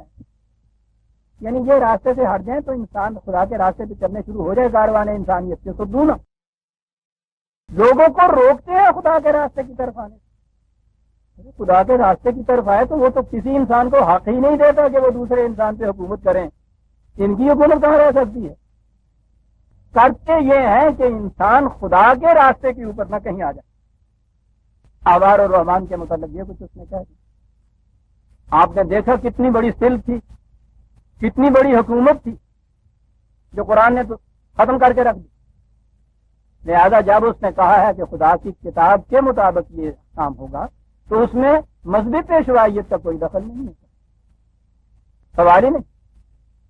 انسانوں کا اپنا نظام حکومت و امرہم شورا بینہم, باہمی بیٹھو خدا کی کتاب کو اپنی بنیاد بناؤ قوانین سازی کی, اور جو آپ کے حالات ہیں تقاضے ہیں ان کے مطابق جزوی قوانین اس کی روشنی میں خود باہمی مشورے سے طے کرو. تو بات ختم ہو گئی. یہ درمیان میں سے کہاں سے آ جاتا. یہ اس نے نظام دیا. باہمی مشاورت کے اندر ہر ایک کی آزادی برقرار رہتی. بنیاد جو ہے وہ رکھی ہوئی ہے غیر متبدل, اس میں کوئی چینج ہی نہیں کر سکتا. 51 کی ووٹ تو ایک طرف رہے, 100% ووٹ بھی نہیں اس میں کوئی کسی قسم کی تبدیلی کر سکتا. اس کے تابع رہنا ہوگا, باہمی مشورے سے یہ کچھ کرنا ہوگا. نظام طے ہو گیا. اب اس میں کسی کی نہ محکومی ہے, نہ کوئی حاکم ہے, نہ کوئی محکوم ہے. اور آگے چلیے, وہ زنجیریں لیجئے کہ جس میں کوئی دوسرا کچھ کہتا ہی نہیں ہے, ہم خود ہی پہنتے چلے جاتے ہیں. یہ کون سی زنجیر ہوتی؟ وہ چلا جا رہا ہے, وہ دیکھا اس نے کہ یہی وہ بیل گاڑی گڈا جنوں کہتے ہیں وہ بنا رہا ہے لڑکا, اس نے کہیں وہ لوہے کی میخ ٹھوک دی, وہ دیکھتا ہے دوسرا، وہ کہہ رہا ہے بے پیر یا بے استاد ایک ہی کرنا پہ آئے گا متل ٹھوکنا، اور تیرے پیو نے بھی ایسے متل ٹھوکی ہے، تیرے دادے نے بھی ایسا ٹھوکی، دیکھنا نہیں پیچھے گڈے جنہیں بنے توڑے آدھے آگے جو ہوتا چلا آ رہا۔ یہ اتنی بڑی حاکمیت ہے، اتنی بڑی غلامی ہے، کوئی دلیل نہیں، کوئی برہان نہیں، کوئی سند نہیں، کوئی حجت نہیں، کچھ نہیں، کسی باہر سے کسی کا کہنا نہیں، جو ہوتا چلا آ رہا۔ کوئی تقریب آپ کے یہاں شروع ہو جائے پھر دیکھیے ہوتا چلا آ رہا ہے، پوچھئے کہ صاحب یہ آپ کیا کہہ رہی ہیں، 3 لونگ یہاں 4 راسیاں وہاں، یہ دیا یہاں یہ وہاں، یہ کیوں یہ ہوں چلے آیا گا نہیں پتا ہے گا، اس طرح ہی ہوں ہے گا، ہوں چلے ہوں سند دیکھ رہے ہیں آپ، اور اس کے خلاف کہیں کر کے دیکھیں۔ پھر وہ جو میں نے پچھلی دفعہ کہا تھا، ابلیس کا سارا کاروبار جو ہے چانس پہ چلتا ہے، یعنی کسی ایک شگن کے دنوں میں یا اس قسم کے کام میں، بیاہ وغیرہ میں، رسومات میں، ان کے ہاں کی وہ چیز جو ہے ذرا روک دیجئے کہ ان سے کہیے کہ دلہن وہ آ رہی ہے، انہوں نے کہنا تیل چونا ہے، ان سے کہا ہو بابا برما کا ٹیک میں نے منگا کے یہ چوکٹ لگائی ہے، اس کا ستیہ ناش ہو جائے گا، تو خدا کا نام بولو، نہیں کرنے دیں گے، وہ ادھر وہ ہوتی ہیں پتہ نہیں کی ہو جانا، باہر آ لو تیل چوہیں بغیر اندر ہوں بیٹھیاں ہوئی ساری ہم سوچیاں ہوئی کہ پتہ نہیں کی ہو جانا، نہیں تیل چو۔ اب بیماری ادھر ادھر وہ تو ہوتا ہی رہتا ہے، کسی دن اس کو بخار ہوا اور انہوں نے کہا دیکھ لینا نا، نہیں سی تو تیل چون دیتا ادھر ہی میں نظر آتا سی خیر نہیں ہونی ہے، یہ ہے جو ابلیس یہاں کام کرتا ہے۔ یہ سارا کاروبار جتنا بھی آپ کا پیشین گوئیوں والوں کا، یہ گنڈے تعویذوں کا یہ چلتا ہے نا، سارا اس اتفاقات پہ چلتا ہے، چانسز پہ۔ یوں ہی کسی کی تعویذ کے چانس کے بعد ان کے گھر میں بیٹا پیدا ہو گیا، 7 گاؤں میں یہ ڈنڈورا بڑھ گیا، یہ حضرت صاحب کا تو جا کے لیا تھا، اللہ نے چاند دیا منڈا کے، اور جو باقی 9 کے گھر ہوا نہیں وہ باثر رہا ہی نہیں آگا، وہ کی گل ہے یہ تقدیر کی شادی انہوں نے تو ٹھیک کی چاند۔ یہ جو چیز ہے نا کہ یہ ہوندا ہی آیا ہے، وہ یعنی اس سے بڑا تو حاکم ہی کوئی نہیں، اس سے بڑا استبداد کوئی نہیں عزیزان من، جو ہوتا چلا آ رہا ہے۔ یہ چیز میں نے تو گھر میں اپنی بہنوں بیٹیوں ماؤں سے سنی ہوئی، یہ چیزیں ان کی زبان میں کہیں مقدس لہجے میں کہ صاحب یہ چیز جو آپ کہہ رہے ہیں کہ تخنے سے اونچا ہونا چاہیے، یہ کیوں؟ سلف صالحین کا طریقہ یہی ہے، یعنی انہوں نے کیا ہوندا آیا ہے گا، انہوں نے ذرا کو ہلکی چوں لفظ کر دیتا، صالحین کہہ دیتا، یعنی گل اتنے ہی آ گئی، ایسے بھی ہوندا آیا اتنے بھی ہوندا تریا۔ ارے بھائی کوئی اس کے لیے سند کو اس کے لیے سند کی طرح کا سلف صالحین کا راستہ تھا، اس راستے سے ذرا ادھر آپ نہیں ہٹ سکتے۔ سند یہ ہے کہ یہ کہاں سے یہ چیز ہوتی چلی آ رہی، جتنی وہ پرانی ہوتی چلی جائے اتنی ہی زیادہ، معاف رکھیے گا غالب کی شراب کی طرح نہیں ہے، زیادہ قیمتی ہو جائے اتنی زیادہ مقدس ہو جائے۔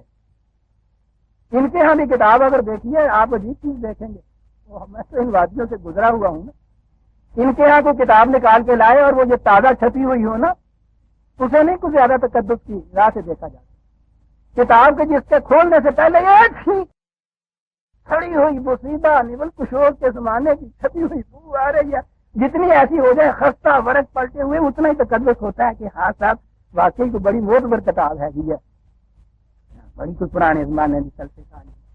ان سے پوچھیے لکھا ہوا ہوتا ہے کہ صاحب 7ویں صدی ہجری کا نسخہ ہے ان کے پاس، ہو جتنی پرانی کوئی چیز رکھی، بس سند یہ ہے صاحب سلف صالحین کا طریقہ یہ چلا، اس سے ادھر ادھر نہیں ہوا جاتا۔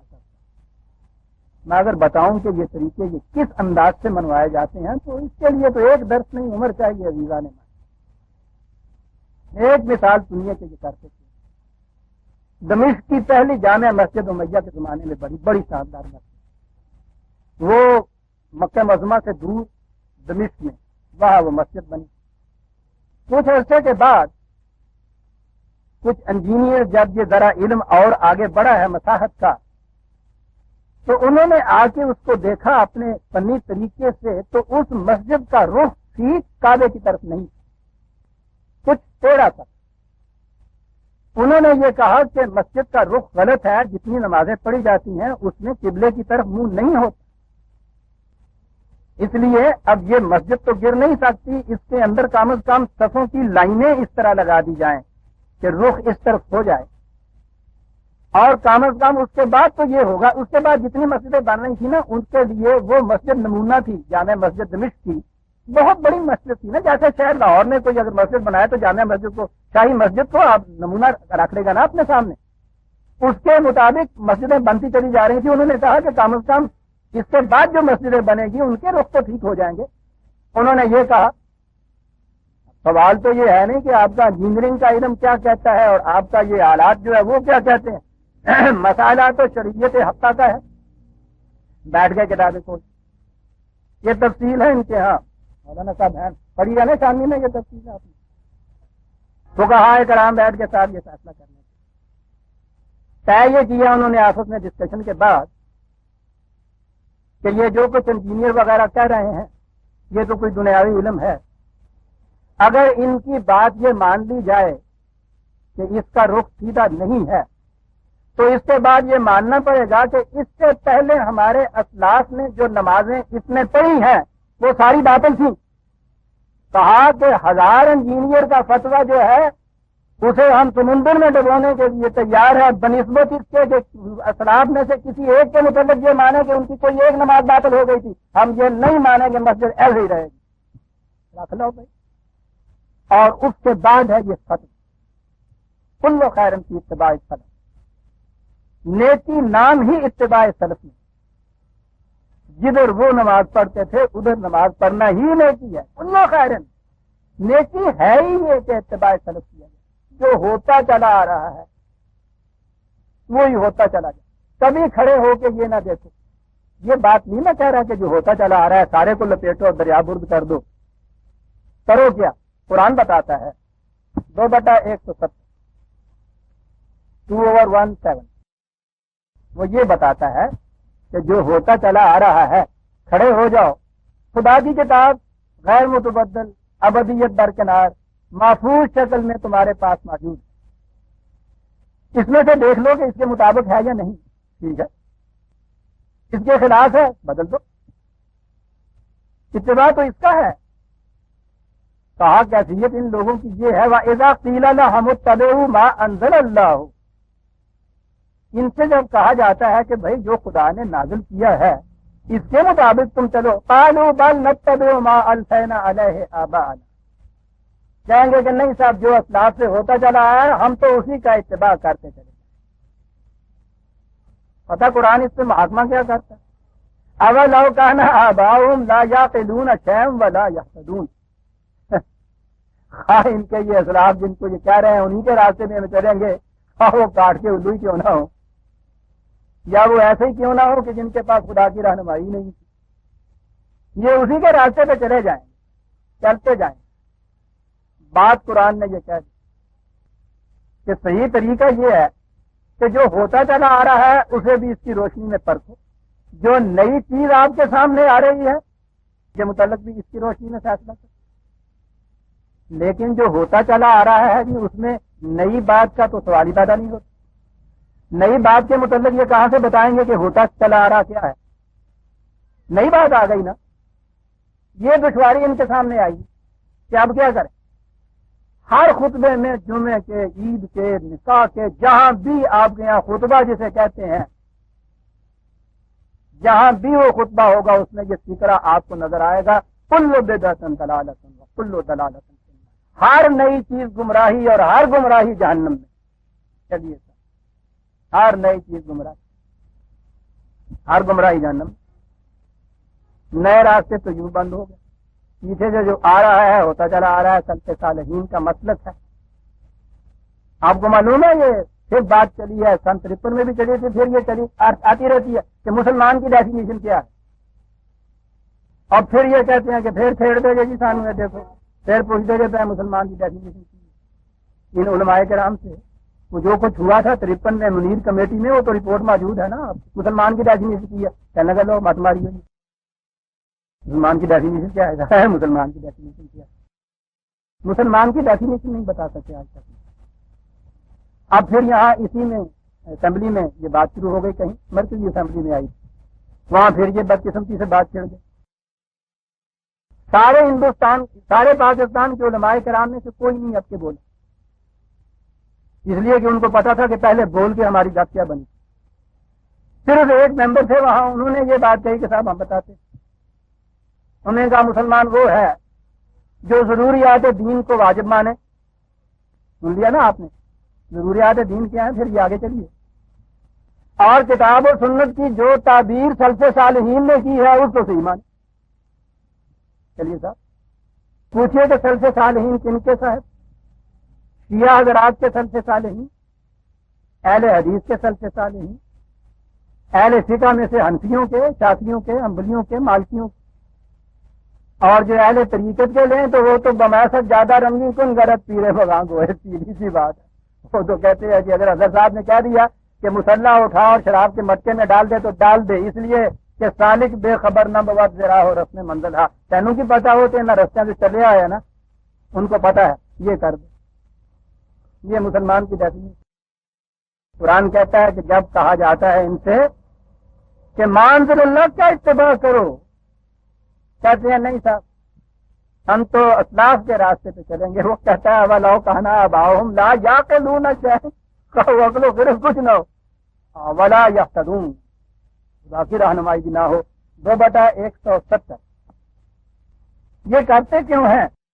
کون لوگ ہیں صاحب؟ عجیب بات قرآن کہتا ہے۔ قرآن میں ایک ٹرم ہے مترفین، ان کو کہا جاتا ہے۔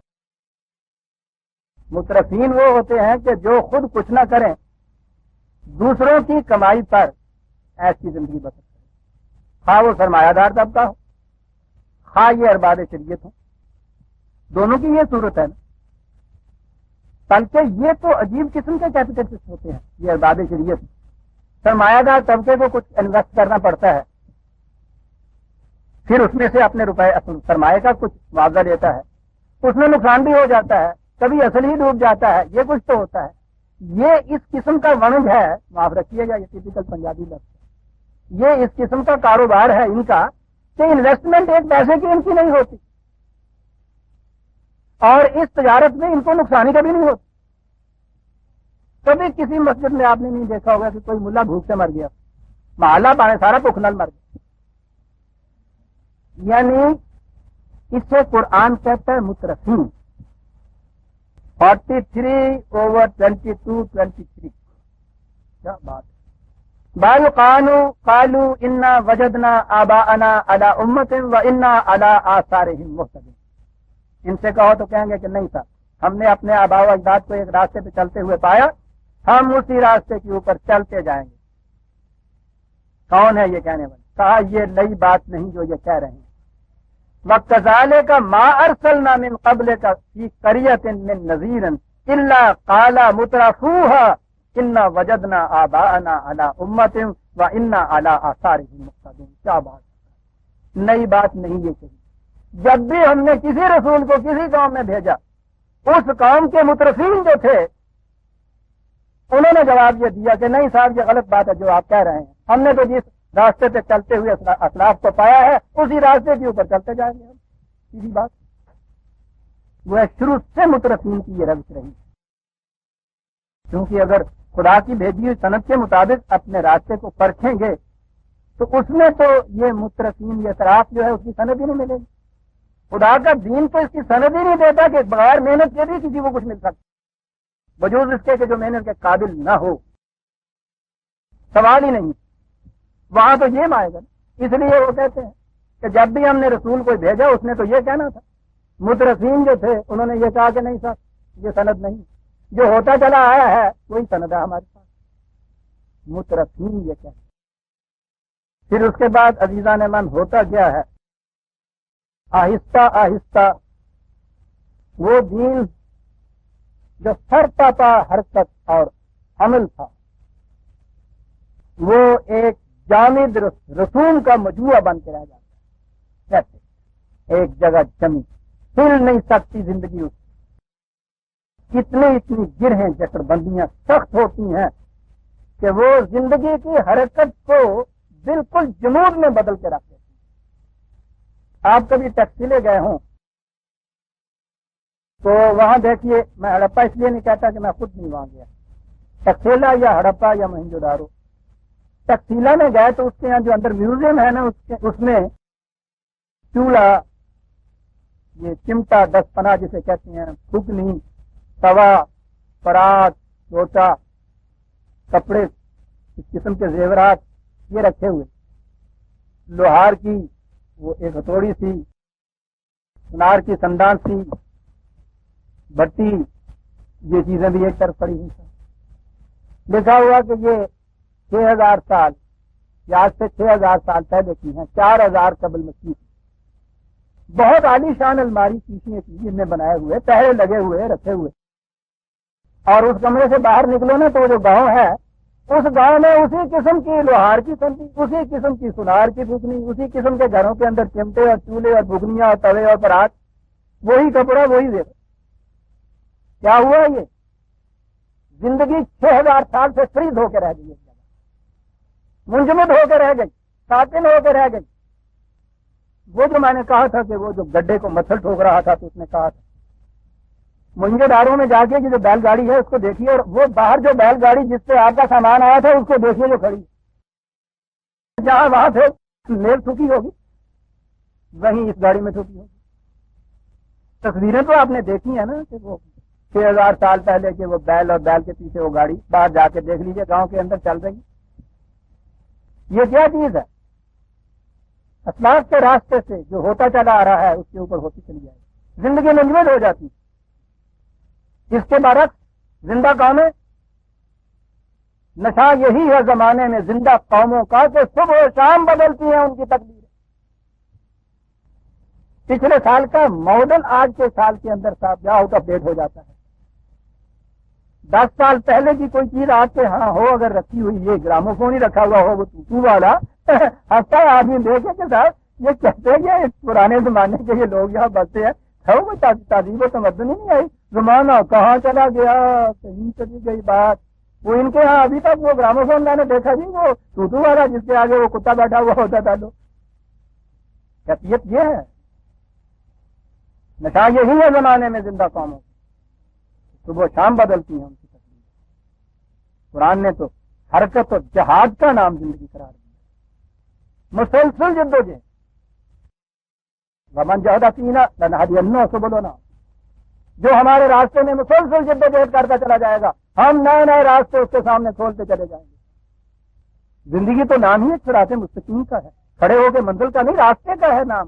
دین راستہ ہے، راستہ تو چلنے والوں کے لیے ہوتا ہے۔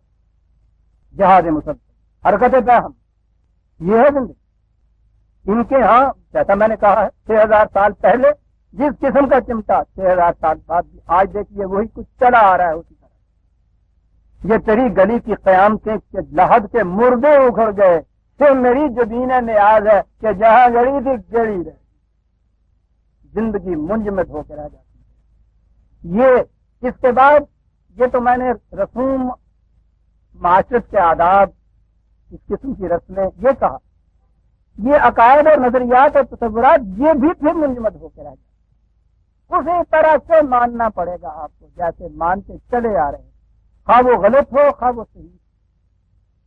اسی طرح جب یہ مقام آ جائے کسی قوم کے اوپر، الفاظ چونکہ بڑے حسین ہیں اس لیے مجھے اسی کے کہنے چاہیے۔ بت پرستی شرک ہے نا۔ وائٹ ہیڈ ہمارے اس دور کا بڑا نامور فلاسفر ہوا ہے، بڑی ہی صاف نگاہ ہے اس شخص کی، بات بھی بڑی صاف کہتا ہے۔ ایڈونچر آف آئیڈیاز اس کی کتاب یہ میرے پاس رکھی، 4 لفظ اس سے پہلے سن لیجیے۔ بت پرستی جسے آپ کہتے ہیں، وہ کہتا ہے the keynote of idolatry از، آئیڈولیٹری جسے آپ کہتے ہیں وہ کہتا ہے the keynote of idolatry is contentment with the prevalent god. جو موجود خدا ہیں تمہارے ہاں ان پہ مطمئن ہو کے بیٹھ جانا کہتا ہے، اسے بت پرستی کہتے ہیں۔ پریویلنٹ گاڈ، جو بھی آپ کے ہاں موجود پائے جاتے ہیں ہوتے چلے آ رہے ہیں، جو ہیں contentment with the prevalent God, کہتے ہیں اس کو کہتے ہیں بت پرستی۔ اور میں حیران ہوتا ہوں ان اربوں کی قوم پر اور ان کی زبان پر، اور آپ تو یہ اکثر مجھ سے سنتے چلے آتے ہیں، مجھ میں آ جاتا ہوں ان کے ہاں. اور قرآن میں بھی آپ دیکھیے گا بت کے لیے لفظ جو ہے وثن ہے، واؤ سے نون جس کی جمع اوثان آتی ہے. وثن کے بنیادی معنی جو ہیں اس کے معنی جمود کے ہیں، جس کی حرکت نہ رہے اسے کہتے ہیں. وہ بت کو وثن اس لیے کہتے تھے کہ اس میں حرکت ہوتی نہیں تھی. یہ بات کے ثانوی معنی ہیں، اس لفظ کے بنیادی معنی ہیں. جس کی حرکت سلب ہو جائے وہ اس کو وثن کہتے تھے. تو وثنیت وہی ہے جسے یہ کہہ رہا ہے وائٹ ہیڈ. ان کے زبان میں وثنیت اس کو کہتے تھے، جمود کو، حرکت سے ختم ہو جانے کا نام. زندگی تو حرکت مسلسل کا نام ہے عزیزان من. جہاں بھی کہیں کھڑے ہو گئے آپ موت کاری ہو گئے. عجیب قوم تھی یہ، آپ نے دیکھا نا ان کے یہاں وطنیت، حرکت ختم ہو گئی، جمود ہوا. تو یہ ان کے یہاں حیات جو تھا، یہ لفظ زندگی جسے کہتے ہیں، یہ حیتن جو ہے، یہ سانپ کی پہچان اگر آپ نے دیکھنا ہو کہ وہ بیٹھا ہوا کچلی مار کے، اب یہ دیکھنے کے لیے کہ یہ زندہ ہے یا مردہ ہے، تو آپ کو پتا ہے کہ اس سے سپیرا ذرا سا یوں چھیڑتا ہے تو یوں کرتا ہے، یوں سمٹتا ہے. یہ جو اس کی حرکت ہوتی ہے اس کی وجہ سے اس کو حیت کہتے ہیں. اور یہاں سے عربوں نے لفظ حیات بنائی کہ ذرا سی چھیڑ سے جو یوں حرکت میں اندر آ جائے اسے حیات کہتے ہیں. کیا بنا تھی یہ قوم، کیا زبان تھی. اب سے سعادت بھی تو اس زبان کو یہ نصیب ہوئی کہ خدا کی آخری کتاب اس زبان کے اندر، اور یہی زبان اس کی مکمل ہو سکتی تھی. صاحب یہ کہا وائٹ ہیڈ نے پریولنٹ. اب یہ زندگی کے فارم جو ہیں، ایک تو زندگی ہے اور ایک یہ زندگی کے مختلف لباس، مختلف شکلیں. اصل چیز یہ ہے، یہ جو زندگی جن فارم کے اندر جاتی ہے وہ تو ہر آن بدلتے چلے جانے چاہیے. وہ کہتا ہے the prolongation of outworn forms of life. Outworn اب کیا ترجمہ کیا جائے؟ وہ زندگی کے فارم، وہ پیکر کہ جو دور حاضرہ کے تقاضوں کا ساتھ نہیں دیتے، ان کو اگر اسی طرح سے اور زیادہ لمبا چلاتے چلے جائیں، means a slow decadence in which there is repetition without any fruit in the reaching of value. اس کے الفاظ بھی بڑے خوبصورت ہوتے. یہ شاعر تھا فلاسفر کیا کہا کہ زندگی کہیں جامد ہو جائے تو وہ فارم جو آؤٹ وورن ہو جائے، پچھلے زمانے کی ہو جائے، آج کے زمانے کا ساتھ دے، اس کو اگر لمبا کرتی جائے قوم تو وہ سلو ڈیکیڈنس ہوتی ہے. وہ زوال کی طرف ہو جاتی ہے، لیکن اس کا رفتار بڑی سلو ہوتی ہے. اس میں ہوتا یہ ہے کہ یہ ریپیٹیشن ہوتی چلی جاتی ہے، تسبیح پھیرتے چلے جاتے ہیں، دہراتے چلے جاتے ہیں ایک پروسیس کو دہراتے ہیں. فصل اگتی ہے، ہوتا صرف یہی ہے کہ اس کے اندر دانا نہیں ہوتا، پھل نہیں لگتا. فصل بوتے ہیں، فصل اگتی ہے، فصل کاٹتے ہیں، لیکن اس کے اندر اناج نہیں. دے میں بھی ہائی سروائیول پاور. اس سے ہو سکتا ہے کہ کسی قوم میں اتنی قوت مدافعت ہو کہ اس حالت کو بھی وہ لمبے عرصے تک لے جائے. مردہ بھی تو کچھ دنوں عرصے تک اپنے خد و خال کو ویسے ہی رکھتا ہے. اس کو اگر برف میں رکھ دیا جائے کئی دنوں تک ویسا رہتا ہے. برف میں دبے ہوئے مردے تو کئی سالوں تک ویسے نکلے ہیں، اور حنوط شدہ ممی شدہ لاشیں تو ہزارہ سال سے ان کے نفس خط و خال اسی قسم کے رہتے ہیں. تو کہتا ہے یہ ہو سکتا ہے کہ یہ خط و خال کچھ عرصے تک ویسے کے ویسے رہ جائے، کیونکہ for ڈیکیڈنس undisturbed by originality or by external forces is a slow process. اس لیے کہ زوال جو ہے جھٹکے سے ایک تبدیلی آتی ہے، وہ اور ہوتا ہے. زوال غیر محسوس رفتار سے آہستہ آہستہ قوموں کے اندر آیا کرتا ہے. اس زوال کے بعد ہوتا کیا ہے؟ The values of life are slowly ebbing. زندگی کی اقدار آہستہ آہستہ، وہ مد و جزر ہوتا ہے نا، ٹائٹ تو چڑھاؤ ہوتا ہے، اتار ہوتا ہے. زندگی کی اقدار کا پانی آہستہ آہستہ نیچے اترتا چلا جاتا ہے، اور اس کا آگے ہے there remains the show of civilization without any of its realities. اور اس کے بعد پھر تمدن اور تہذیب کی نمود تو باقی رہ جاتی ہے، اس کے اندر زندگی اور حرکت باقی نہیں رہا۔ جس قوم میں عزیزان من یہ جسے آپ کہتے ہیں تقلید چلی آ رہی ہو، فخر سے کہتے ہیں سب اے مقلد ہیں نامی، کبھی سوچتے نہیں ہیں کہ یہ تقلید مقلد قلد یہ کہتے کس کو ہیں؟ قلادہ کہتے ہیں وہ جو رسہ ڈالا جاتا ہے نا مویشی کے گردن میں، کتے کے پٹا ڈالا جاتا ہے، مویشیوں کے جو رسہ گلے میں ڈالا جاتا ہے اسے قلادہ کہتے ہیں۔ یہی سے ہے یہ چیز تقلید جسے آپ کہتے ہیں۔ بڑے خوش ہو گئے کہتے کہ نہیں جی ساڑھے گھر پٹا دیا ہے، اندازہ لگائیے سر وہ قرآن جو یہ آزادیاں آپ کو دینے کے لیے عزیزان من آیا تھا کہ ہر قسم کی سلک کو، ہر قسم کی زنجیر کو توڑنے کے لیے یہ رسول آیا ہے۔ کس طرح سے ہم نے اس کی توڑی ہوئی زنجیروں کے ٹکڑوں کو میزان عقیدت سے ایک ایک کر کے چنا اور پہلے سے زیادہ مضبوط کر کے اپنے گلے کے اندر اس کو ہم نے ڈالا۔ اس کے بعد جب یہ آپ کے یہاں نظریات الفاظ بن کر رہ جائے جن کے معنی بالکل نہ کچھ رہیں تو وہ اس قسم کی ریپیٹیشن ہوتی ہے، دہرائے چلے جاتے ہیں ایک رسم کو۔ آپ وہ جو اس نے مثال دی تھی وائٹ ہیڈ نے کہ فصل بوتے بھی ہیں فصل کاٹتے بھی ہیں، اس فصل میں پھل نہیں ہوتا، یہ ریپیٹیشن ہوتی جاتی ہے، ان میں نتیجہ کوئی نہیں نکلتا۔ عزیزان من جب محمد رسول اللہ صلی اللہ علیہ وسلم والذین معہ نے کہا تھا کہ لا الہ کے دو لفظوں کے اندر معنی یہ تھے کہ دنیا میں کوئی اتھارٹی ایسی نہیں ہے جس کے سامنے جھکا جائے، اور جب کہا تھا الا اللہ تو کہا تھا کہ ہاں ایک اتھارٹی ہے جسے خدا کہتے ہیں۔ یہ دیکھ رہے ہیں آپ یہ لا الہ الا اللہ کیا ہے؟ اس سے بڑا انقلابی نعرہ دنیا میں کوئی اور ہو سکتا ہے کہ کوئی بھی ہستی ایسی نہیں، کوئی بھی قوت ایسی نہیں، کوئی بھی صاحب اقتدار ایسا نہیں جس کے سامنے جھکا جائے لا الہ الا اللہ۔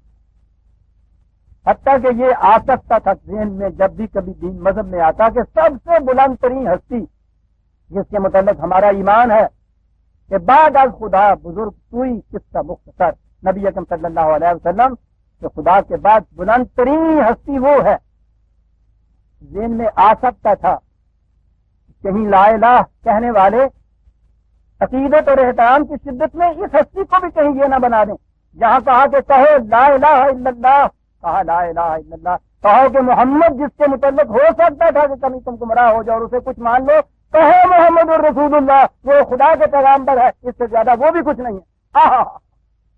ایک سانس میں عزیزان مان اتنا بڑا، اتنی بڑی آزادی کا دعویٰ نعرہ کوئی دنیا کی قوم نہیں کرتا۔ تو 5 دفعہ آپ کے میناروں سے، اور آپ تو میناروں کے اوپر لاؤڈ اسپیکر لگائے ہوئے ہوتے ہیں، ایک ایک مینار سے چاروں طرف لاؤڈ اسپیکر۔ میں جب سنتا ہوں وہ کہنے والا اگرچہ وہ بھی الفاظ بھی بگڑ گئے ہوئے ہیں اس کے، تو وہ عربی کے صحیح تلفظ بھی نہیں ہمارے مؤذنوں میں رہا، تو اشہد اللہ اشہد، پوچھو یہ کیا کہہ رہے ہوتا ہے؟ لیکن میں کہتا ہوں صحیح بھی کہنے والا جب وہ کہتا ہے نا کہ اشہد اللہ الہ الا اللہ، میں اعلان کرتا ہوں، شہادت دیتا ہوں اس چیز سے کہ دنیا میں کوئی ہستی ایسی نہیں جس کے سامنے جھکا جائے وجود خدا کی ہستی کے۔ کتنا بڑا انقلابی نعرہ ہے جو وہ مینار پہ بلند ہو کر براڈ کاسٹ کر رہا ہے دنیا کے اندر، اور کیفیت یہ ہے کہ نیچے اترتا ہے تو قدم قدم کے اوپر اس نے اپنے سامنے بت بنا رکھے ہیں جن کے سامنے جھکتا چلا جاتا ہے۔ یہی لا الہ جو جب قوم زندہ تھی تو یہ زندگی، حرارت، حرکت اور آزادی کا منشور تھا، اور اب آپ کے پاس یہ کیا چیز رہ گئی؟ چند الفاظ ہیں بے معنی، ورنہ عجیب بات ہے۔ ایک اور کہہ دیا اقبال نے اپنے خطبات میں، اللہ تعالیٰ کا بھی توفیق دے آپ کو تو یہ خطبات پر چھوڑیے گا، عجیب چیز کہہ گیا یہ شخص، بڑی عجیب یہ چیز ہے۔ خطبہ ہے اس کا the principle of movement in the structure of Islam, Islam کی حیات میں حرکت کا اصول۔ حرکت کا اصول یہ ہے جو وہ یہ دیتا ہے کہ ندی اس وقت تک چلا سکتی ہے جب تک وہ بہتی رہے، جو ہی وہ کھڑی ہو جاتی ہے ندی نہیں رہتی، جوہر بن جاتا ہے۔ اقبال ہے یہ الفاظ اس کے بھی سننے والے. کہتے یہ جو قوموں کے اندر چیز پیدا ہو جاتی ہے، ہماری شاندار روایات بازی کی دیکھ کے صاحب ہارون رشید کے زمانے میں ہم نے تہذیب و تمدن کے اندر وہ چراغ جلائے کہ ساری دنیا جگمگاؤ کی، اس کی نظیر آج کہیں نہیں ملتی ہے. اتنا لمبا یہ سارا کچھ رستہ، اور جب بھی کوئی چیز ہمارے سامنے آئے وہ ماضی کا دکھانے کے بعد وہ مطمئن ہو کے بیٹھ جاتا ہے، وہ تقدس ہے. اس کے بعد کہتا ہے کہ false reverence for past history and its artificial resurrection constitute no remedy for a people's decay. جو قوم زوال آمادہ ہو جاتی ہے اس کو یہ یاد دلاتے چلے جانا کہ تمہارا ماضی بڑا شاندار تھا اور وہ طریقے بڑے مقدس تھے، اس سے وہ قوم زندہ نہیں ہو سکتی. یاد رکھیے. دی verdict of history as a modern writer has happily put it. کسی دوسرے کا وہ کوٹیشن دیتا ہے، اقبال. اب سوچیے اقبال جس کی کوٹیشن دیتا ہوگا، کوٹیشن دیتا ہے، وہ کہتا ہے دی verdict of history is، یہ الفاظ عجیب و غریب ہے. سب the verdict of history is that worn out ideas have never risen to power among a people who have worn them out. جس قوم نے اپنے زندگی بخش اصولوں کو، آئیڈیاز کو، تصورات کو جامد اور مردہ بنا دیا ہو، اس قوم میں وہ تصورات پھر زندگی بخش ہو نہیں سکتے. یعنی اس قوم کو جو لا الہ الا اللہ کے معنی پر یہی سمجھتے ہیں کہ اس کے پڑھنے سے مسلمان ہو جاتا، اس سے آگے الہ کے معنی یہ قوم اتھارٹی اور اقتدار کرنے کے تیار ہی نہیں ہے. عبادت کے معنی یہ قوم محکومیت کرنے کے لیے تیار نہیں ہے. الہ کے معنی معبود، عبادت کے معنی عبادت اور پرست. میرے خلاف جو کفر کے فتوے لگتے ہیں وہ ان معنوں میں بھی لگتے ہیں. عربی زبان کی روح سے الہ کے معنی صاحب اقتدار کرتا ہوں. عربی زبان اور قرآن کریم میں الفاظ جو ان معنوں میں استعمال ہوئے ہیں، عبادت کے معنی معقولیت ہیں، یہ تیاری نہیں ہے اس کے لیے. اب جب تک الہ ان کے ہاں یہی رہے گا، عبادت یہی رہے گا، معبود کے مفہوم یہی رہے گا، اس قوم میں یہ الفاظ دہراتے چلے جائیں گے تو یہ قوم کبھی بھی مبدل حرکت نہیں ہو سکے گی. یہ بات وہ کہتا ہے، لیکن ہم تو ان الفاظ کو بدل نہیں سکتے. یہ تو قرآن کے الفاظ، قرآن کے ان الفاظ کو آپ کو وہ مفہوم دینا ہوگا جو زمانہ نزول قرآن میں ان الفاظ سے لیا جاتا تھا. یہ ہے عزیزان من میں نے جو اپنے لغات القرآن میں کیا. مروجہ جتنے بھی ان کے معنی اور ترجمے اور مفہوم ہیں ان سب کو چھوڑ دیا. جب قرآن نازل ہوا تھا تو اس زمانے میں اس سے کیا مفہوم لیا جاتا تھا اور قرآن نے اس سے کیا مفہوم لیا ہے. قرآن کے ہر لفظ کے میں نے اس طرح معنی متعین کیے، اس لیے کہ یہ چیز میرے سامنے میں نے ایک بات سے ہی قرآن کو سمجھا. پھر سنیے، دی verdict of history is that worn out ideas have never risen to power among a people who have worn them out. ہاں، اقبال خود لکھتا ہے، the tendency to over organization by a false reverence of the past as manifested in the legacies of Islam in the 13th century and later was contrary to the inner impulse of Islam. ہمارے یہاں 13ویں صدی کے جو فقہا تھے انہوں نے فقہ کے جزیات اس طرح متعین کی کہ وہ زندگی کی ہر نقل و حرکت کو انہوں نے جکڑ کے رکھ دیا. اس کے لیے یہ کرو، یہ کرو، یہ کرو، یہ کرو، اور اس طرح سے انہوں نے سمجھا کہ ہم نے منظم کر دیا ہے قوم کو، جسے یہ اقبال اوور آرگنائزیشن کہتا ہے. کیا بات ہے، کہتا ہے یہ چیز جس قوم میں ہو جائے کہ آپ اس قسم کے جزیات سے قوم کے ہر قدم کو پابند کر کے رکھ دیں اور اس طرح سے یہ کہیں کہ صاحب قوم جو ہے آپ دیکھیے کہ کس طرح ایک منظم جماعت ہم نے بنا دی ہے. آپ کو معلوم ہے کہ یہ ہاتھ یہاں باندھنے اور نیچے ذرا باندھنے، اس کے اوپر مسجدوں کے اندر صرف تڈول ہوتا ہے، فساد ہوتے ہیں. آپ کہیں گے کہ اس میں رکھا کیا ہے؟ دین یا زندگی کے نقطۂ نگاہ سے اس میں کچھ نہیں رکھا. ان کے نقطۂ نگاہ سے بہت کچھ رکھا ہے. وہ رکھا یہ ہے کہ یہاں ہاتھ باندھنے والے جو ہیں وہ الگ فرقے والے. ان کی تنظیم اہل حدیث جو ہے اس کی نشانی یہ ہے کہ نماز میں وہ جہاں ہاتھ باندھے، جہاں تک ہاتھ اٹھائے اور وہ آمین بالجہر کہے. اگر اس میں وہ ذرا سی بھی رواداری یا لبرلزم برتتے ہیں تو کوئی بھائی یہاں باندھ دیا، یہاں باندھ دیا.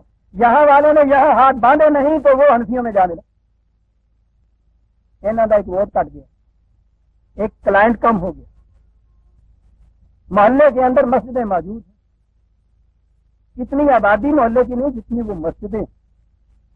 ایک اور صاحب آ جاتے ہیں, صاحب انہوں نے 2 لوٹے 2 نیندیں رکھی, اللہ اکبر. انہوں نے کہا بابا پہلے یہ مسجدیں کافی ہیں, اب ویران ہو رہی ہیں, یہ نئی مسجد کی ضرورت کیا ہے؟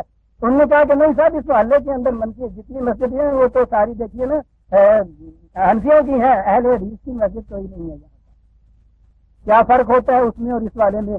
یہ آپ یہاں باندھتے ہیں, آمین ذرا اونچا کہتے ہیں. فارم, اس فارم سے انہوں نے اوور آرگنائز کیا نا, ایک جتھا بنایا. وہ جتھے کا بندھن جو ہے وہ بندھن یہ فارم ہے. اقبال کہتا ہے کہ یہ جو چیز 13ویں صدی میں ہمارے فقہا نے کی کہ ان چھوٹے چھوٹے سے بندھنوں سے قوم میں آرگنائزیشن پیدا کی, پھر وہ اوور آرگنائزیشن پیدا کی کہ جو ہی کسی نے یہاں سے نیچے ہاتھ رکھے وہ ان کی تنظیم سے الگ ہو گیا. کہتا ہے یہ وہ چیز ہے کہ جو قوم میں کبھی زندگی اور حرارت پیدا نہیں ہونے دینا چاہیے. زندگی عزیزہ نے من حرکت تہم کا نام. حرکت تہم بشرطے کہ وہ نقطہ جو آپ کے ہاں کا ہے, آپ کا قدم وہاں جمع رہے. کیا عمدگی میں وہ پرانا شاعر کوئی کہہ گیا ہے کہ ہم تو پرکاریم پائے در شریعت مستقیم. ہماری حالت تو پرکار کی ہے, ایک قدم تو ہمارا خدا کے قانون کے نقطے پہ گڑا ہوا ہوتا ہے, اور پائے دیگر سیرے ہفتہ دو ملت کر دیں, اور دوسرا ہمارا جو پاؤں ہے اس میں ہم ساری دنیا کی سیر کرتے ہیں, بشرطے کہ وہ پاؤں اپنی جگہ جمع رہے. جو ہی وہ پاؤں نقطے سے ہلا, سارا دائرہ زندگی کا آپ کے یہاں کا بیکار ہو گیا. وہ اقبال نے حسین تر انداز میں جو کہا تھا نا کہ یہ امت وہ ہے, وہ جو میں بار بار دہرایا کرتا ہوں کہ پرک در وسط گردوں جگانا, آپ فضا کی تہنائیوں میں یہ اڑتی ہے, اور جگانا منفرد, کوئی دوسرا پرندہ اس کے ساتھ نہیں جا کے ملتا. ہزاروں میل دن بھر وہ اڑتی چلی جاتی ہے, لیکن نگاہ ہے وہ بشاخ آشیانہ, اس کی نگاہ اپنے آشیانے کے شاخ سے کبھی نہیں ہٹتی ہے. قرآن عزیزان مند وہ نقطۂ پرکار اور وہ شاخ آشیانہ ہے جس نے اس ملت کے لیے جو نقطۂ ماسکہ ہے, اس پہ نگاہ رکھیے, اور ہر دم حرکت اور حرارت, اسی میں زندگی کا راز. پھر وہی جو بات کہا کرتا ہوں کہ مگر کوتاہی ذوق عمل ہے خود گرفتاری, جہاں بازو سمٹتے ہیں وہیں سے یاد ہوتا ہے. اڑتے رہیے کوئی نہیں پکڑ سکتا, جہاں بازو سمٹے وہیں آپ گرفت کے اندر آ گئے. عزیزان مان, قرآن نے کہا تھا کہ یہ نبی آ کے کرے گا وَيَضَعُ عَنْهُمْ إِصْرَهُمْ وَالْأَغْلَالَ الَّتِي كَانَتْ عَلَيْهِمْ. انسانیت جن بوجھوں کے نیچے دبی ہوئی ہے, جن زنجیروں میں جکڑی ہوئی ہے, یہ ان سلوں کو اٹھا کے پھینک دے گا, یہ ان زنجیروں کو توڑ کے رکھ دے گا. نبی امی صلی اللہ علیہ وسلم نے کتاب خداوندی کی روح سے یہ کیا تھا. اس کا نام دین تھا. اور اب آئیے اس آیت کی طرف. جب کہا تھا کہ یا اللہ ہمیں اس دنیا کی سرفرازیاں بھی دے, عاقبت کی خوشگواریاں بھی دے, تو کہا تھا کہ یہ ملیں گی, یقیناً ملیں گی, بشرطے کہ تم اس نبی کا اتباع کرو جس نے یہ کیا ہوا ہے. الذین آمنوا بہ وعزروہ ونصروہ واتبعوا النور الذی انزل معہ اولئک هم المفلحون. یہ اس کا پروگرام آیا ہے. اس پروگرام کو اب ہم آئندہ بھی اٹھا رکھتے ہیں کہ آج پھر وقت ختم ہو گیا, بلکہ میں نے 10 منٹ زیادہ لے لیے.